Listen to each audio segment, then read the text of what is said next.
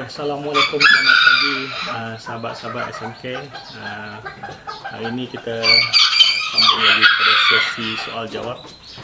Soalan yang terkini yang SMK ditanya adalah berkenaan dengan penggunaan inkubator, berapa suhunya dan inkubator macam mana yang terbaik. Okey. Berkenaan dengan inkubator, SMK banyak pengalaman dengan inkubator jenis manual. Yang auto ni memang inkubator yang agak asing bagi SMK lah.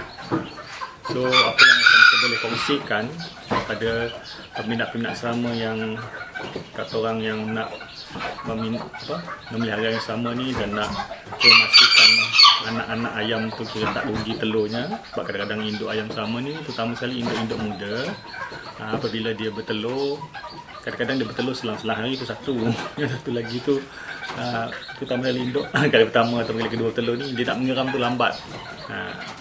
So itu lumrah lah untuk dunia ayam sama, tak ada kata orang sesuatu yang ganjil lah, biasa. Apa yang boleh SMK kongsikan adalah anda boleh membeli inkubator jenis apa yang anda suka, tetapi yang penting adalah cara kita mengoperasikan inkubator tersebut. Contohnya macam inkubator manual, tak kira lah saiz jenis macam mana, tak kira. Ada yang tanya pasal suhu dan sebagainya, suhu untuk lampu dan sebagainya. Tapi bagi SMK, lampu pastikan ada lampu yang sama saiz, panjang dan lebar. Lampu tu ada, kalau boleh jenis brand yang sama lah daripada masa mula-mula kita ambil dan beli. Jangan kita tukar. Contohnya kalau kita dapat lampu jenis bulb, ada filament di dalamnya, dan kita tukar kepada lampu jenis yang kita kata yang tak pakai filament, yang jenis warna putih biasa tu, bukan kuningan, sebenarnya daripada segi suhunya akan berbeza. Suhunya berbeza daripada segi kita bacaan di luar inkubator tu memang sama, 38.9 contohnya, 39 memang sama. Tetapi jangka masa untuk suhu tu, contoh kita kata 39 tu kan, berapa lama untuk dia padam balik. So dekat situ dah efek kepada kepanasan telur tu. Tu kena ambil kira tu. Sebab pembuat inkubator dia mengambil kira kepada suhu yang mula-mula tu. Yang untuk kemudian yang kita tukar lampu semua tu, dia akan efek pembuat inkubator tak tahu. Kita yang tukar pula. Jadi kalau boleh ikut yang sama. Lepas tu saiz lampu pastikan adalah saiz yang sama. Jangan tukar. Ada yang kata orang ada kata contoh macam yang watt tu lain cerita lah. Tapi lampu, saiz lampu tu sendiri. Kadang-kadang ada yang menukar jenis, kata orang jenis besar kecil. Sebab kena ingat ketinggian lampu tu dengan dasar yang kita letak untuk termometer dia punya reader tu, pembaca suhu tu, dia mengawal tu dengan suhu tu dibuka tu kena kepada termometer untuk baca suhu tu, dia akan menentukan berapa taraf suhu yang ada pada telur di permukaan tu. So dekat situ menentukanlah. Kalau boleh ikut yang asal, kalau boleh. Apa yang SMK selalu buat adalah bila SMK beli satu inkubator baru, SMK akan ambil gambar keadaan di dalam inkubator yang baru tu untuk manfaat SMK masa depan lah. Contohnya kita nak tukar jenis apa, lampu jenis macam mana macam tu. Kalau boleh tuliskanlah lampu berapa watt. Jadi kalau boleh letakkan dekat tepi inkubator. Tu yang paling SMK amalkan. Yang perkara yang kedua yang kena pastikan adalah pastikan inkubator tu bahagian dalam tu, kalau dia kayu, dia diselect dengan anti kulat dan sebagainya. Kalau cat pun okey. Sebab kalau boleh telur tu kita tak nak dia kena sebarang kata orang bakteria, kulat dan sebagainya tu, untuk memastikan peratusan telur tu untuk mentas tinggi. Kemudian yang perlu juga diambil kira adalah apabila telur tu dah menetas, kulit-kulit telur dan sebagainya, kalau boleh maintenance untuk inkubator tu pastikan dilakukan selalu. Maintenance maksudnya dibersihkan selalu lah. Dan air dalam bekas tu kalau boleh ditukar seminggu sekali dengan jumlah yang sama, untuk memastikan humidity dia tu tetap terjagalah. Lepas tu kalau SMK sendiri, sebelum SMK membeli inkubator, sebab SMK selalunya akan menempah inkubator kepada rakan-rakan yang SMK kenal. Dan biasanya orang yang bila ditempah tu dia dengar SMK benda dah tahu dah. jenis kata-kata pemboleh ubah ataupun yang pelaras suhu di luar tu, SMK tidak akan suka letak di luar. SMK akan pastikan, saya cakap dekat pembuat tu, saya nak order satu incubator, saya nak dia punya untuk adjust suhu tu di bahagian dalam. Nampak macam pelik sikit kan kita letak di dalam tu, sebab bila diletak di dalam dan di slow tape dengan slow tape untuk ditetapkan suhunya tu, supaya dia punya knob tu ataupun pemboleh ubah tu, switch tu tak berubah. Tu apa yang SMK amalkan. Sebab tu SMK bila menggunakan satu-satu incubator, SMK pakai lama 5-6 tahun. Macam itulah. Tu apa yang SMK boleh kongsikan lah. Lepas tu kalau untuk manual, suhu yang selalunya SMK akan set, sebab biasanya orang yang keluarkan suhu tu, keluarkan incubator, dia akan set 39 lampu padam. Ini untuk manual lah. Tetapi SMK biasanya SMK akan pastikan atau minta kepada pembuat incubator tu untuk memastikan dia 38.9 lampu padam. Sebab sepanjang SMK pelihara yang sama, itulah yang SMK amalkan. Setiap kali lampu padam pada dalam incubator 38.9, dia nak on balik tu tak ada masalah. Tetapi lampu padam mesti 38.9. Sebab bila dia padam 38.9 tu, masa lampu tu padam, kemungkinan besar suhu lepas naik 39 juga sebenarnya. Tapi lampu tu dah padam kan, lebih kurang gitu. Sebab kita tak nak lebih. Itu yang apa yang SMK amalkan lah. Okay. Kemudian satu lagi, cara kita untuk memastikan telur tu bagus semasa dalam incubator. Apa yang SMK amalkan adalah SMK akan pusing di sebelah pagi satu kali. Contohnya adalah pukul 6 selepas subuh lah, biasanya SMK buat sendiri selepas subuh pukul 6 pagi, dan sekali lagi di sebelah petang pukul 6 petang. Pada telur tu, SMK akan tulis di atas telur tu di satu bahagian, contoh macam ni telur, bahagian ni SMK akan tulis tarikh bakal menetas. So bila kita pusing telur, nanti ada telur yang ada tulisan dan ada sebelah yang tak ada tulisan. So yang ada tulisan tu mungkin SMK buat siang, tak ada tulisan tu sebelah malam, begitulah. Tapi pulang pada masing-masing. Lepas tu untuk yang tarikh untuk bakal menetas tu, SMK letak, kalau orang lain letak 21 hari kan, SMK tak, SMK letak 21 hari dikira daripada tarikh kita masuk dalam incubator, plus minus 5 hari. Maksudnya 21 hari sama dia biasa akan menetas kurang dari 21 hari. Tetapi SMK akan letak plus minus 5 hari. Sebabnya kadang-kadang telur yang ayam sama ni, dia kadang-kadang boleh menetas melebihi dari tempoh 21 hari.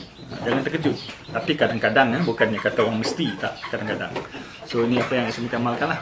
So untuk induk menggeram secara normal pun, SMK akan letak dia tarikh untuk menetas ni, plus minus 5 hari. Untuk yang pakai incubator automatik pada SMK lah, setakat yang SMK tahu dan kawan-kawan yang bertanya dengan SMK dan pengalaman apa yang SMK ada dengan kawan-kawan, sebab SMK sendiri tak guna incubator auto. Cuma apa yang SMK dapat tahu adalah humidity kepada incubator auto kena pastikan kelembapan itu mengikut kehendak apa yang disarankan oleh pengeluar lah. Sebab kalau dia kata berapa 68% ke apa, pastikanlah, atau mesti 70% ke, pastikan. Sebab tu akan menentukan kadar penetasan lah untuk telur tu, supaya anak dia tu, janin tu tak melekat kepada kulit telur. Kena ingat tu. Sebab kelembapan tu penting untuk pembesaran anak ayam.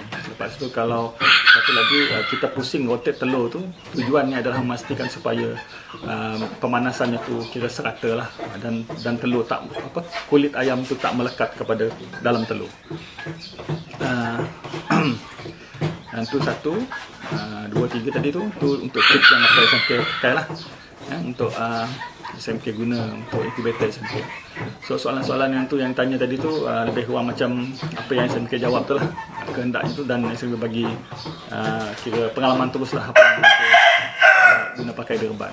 Dan incubator ni sebenarnya kalau boleh, kalau nak buat sendiri dan sebagainya, sebab ada rakan-rakan SMK yang buat sendiri incubator, tetapi biasanya dia orang buat, lepas tu boleh pakai dalam 5-6 bulan, lepas tu suhu lari lah, telur tak menetas lah sebagainya. Perkara yang penting pada incubator yang perlu setiap peminat ayam serama yang nak pakai incubator, pastikan kualiti kepada bahan-bahan yang diguna pakai itu. Contohnya macam suhu tu, adjust suhu dan sebagainya apa semua tu mesti adalah yang jenis robust, yang jenis yang agak mahal sikit lah. Jangan beli yang terlampau murah. Ni bila nak beli barang, tengok kat Lazada ke apa ke, kat Mudah kan, cari yang paling murah. Tu tak kena, sebab ayam sama kita harga berapa. So pastikan dia punya kualiti dan barang-barang tu terbaik lah. Dan setakat ni kalau SMK di Semenanjung dulu, SMK ada seorang sahabat SMK, kira bukan sahabat lah, kira kenalan, yang SMK biasa order daripada dia. Sebab SMK balik ke Sarawak pun SMK order kepada dia juga pun, sebab dia mempunyai alatan untuk incubator tu, yang SMK kata boleh guna pakai sampai 5 tahun lah. Sebab barang elektrik ni kena ingat, dia takkan sampai selama-lamanya kan. So kalau kita kata 5 tahun tu kira okey dah lah, dah banyak dah telur ayam lepas tu kira macam itu. Nak beli tu kena beli yang alat elektronik yang tu yang terbaik untuk kita sarankan. Kalau tak segi, kalau buat sendiri pun beli yang murah pun, cari kedai yang paling murah apa semua, tak guna lama lah. Lebih macam tu. Okay, tu bab incubator. Di samping tu macam biasalah SMK bila buat satu topik tu dia akan melek kat situ. Tadi berkaitan lah. Okay. Yang peminat perlu pastikan. Yang ni penting, sangat-sangat penting. Telur apabila diambil daripada tempat mengeram dan sebagainya, pastikan dia bersih. Kalau ada kotoran dan sebagainya tu kalau boleh buang lah. Slow-slow, sebab kulit telur ayam selama dengan kulit telur ayam kampung ke apa, ayam siam ke, ayam sabung ke, dia keras. Kulit ayam sama dia nipis dan mudah pecah lah, retak lah. So pastikan buat pelan-pelan lah. Itu satu, pastikan bersih, itu nombor satu. Yang kedua, tidak semestinya telur ayam sama yang diambil tadi tu boleh menetas. Kerana yang tu mengambil kira, walaupun kita kata induk tu muda, bapak muda ke bapak tua tak kira lah, bapak pernah turun anak ke apa tak kira. Tetapi ayam sama, perkara tu perlu ambil kira. Tak kira 100 biji telur pun, kalau menetas 2 biji, jangan terkejut. Sebab tu perkara biasa. Sebab ada sebabnya lah. Nanti kalau kita begitu, nanti kita akan buat satu tajuk lain lah untuk sebab-sebab ayam sama, kenapa dia telur sikit, telur banyak, anak terbanyak tu kemudian. Tapi kita cerita bab telur tu dulu. Okay. Lepas tu telur diambil, ataupun kalau contoh macam macam SMK tak terus masukkan, ambil telur masuk incubator tak. SMK akan alih dulu dalam sehari ataupun 2 hari. Macam itu. Tetapi kalau boleh telur yang diambil itu janganlah melebihi daripada tempoh 7 hari. Sebab kita nak telur tu kira kita kata fresh lah. Kalau lebih daripada 7 hari tu bukan kita tak boleh cuba masuk. Kalau rezeki Tuhan nak bagi tu ke mana pun dapatlah. Tapi SMK biasanya amalkan dalam masa 7 hari. Seboleh-boleh hari ketiga dah masuk incubator. Itulah antara perkara-perkara yang penting lah yang SMK nak share berkenaan dengan soalan sahabat kita bertanya tentang incubator. So nanti kita akan mungkinlah minggu depan ke apa ke, mungkin kita akan pergi tajuk yang lain lah kalau ada soalan rakan-rakan, ataupun kita terus pergi menjawab kepada kenapa telur ayam sama tadi tu tak banyak menetas ke apa ke. Nanti kita pergi kemudian ke situ lah. Ada banyak benda, sebab itu nanti kita mungkin kena buat satu video khas lah untuk nanti. Okay, itu saja daripada SMK. Di Kuching nampaknya cuaca amat baik pagi ni. So selamat pagi, salam mania. Assalamualaikum.